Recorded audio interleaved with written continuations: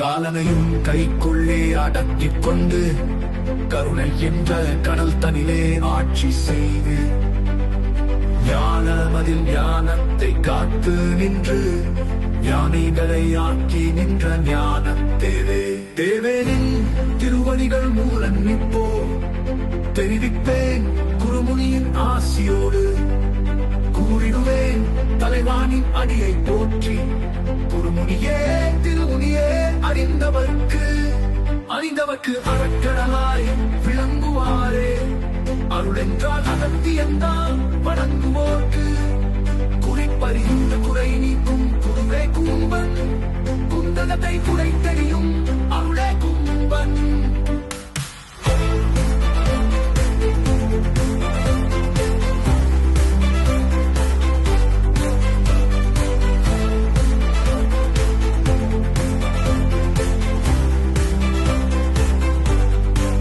கும்பனருள் நிகர் சொல்ல எவரும் இல்லை.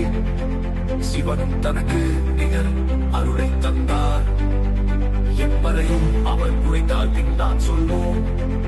எழு என்றால் நாங்கள் எல்லாம் கரத்தை கட்டி நின்று கால் பற்றி ஆசி கேட்போம்.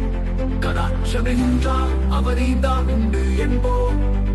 சட்டி சுட வேண்டும் என்றால் கும்பனை கேள். சாதாமரம் வேண்டும் என்றால் கும்பனை கேள். கும்பந்தான் தௌடகமும் நமக்கோடுதான். கும்பந்தான் குவலையவே வேறு ஏது. கும்பன் என்றால் 1008 அண்டமெல்லாம் குறுகே நின்று நடுநடுங்கும் பராக்கிரமங்கள். பராக்கிரமம் பரமும் சொல்வார் கும்பன். பாடித்தான் மாற்றம் சொல்ல எவரும் இல்லை. பராக்கிரமும் மாலையை கட்டு அடிப்பான் கும்பன். பட்டமரம் குறிக்குமனா கும்பன் சொன்னார்.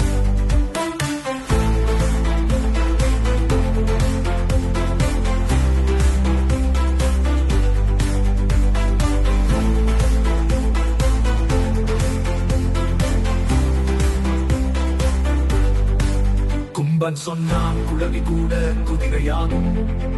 குருமுனிக்கு கிரியாம் கதுதாய் நிற்கும்.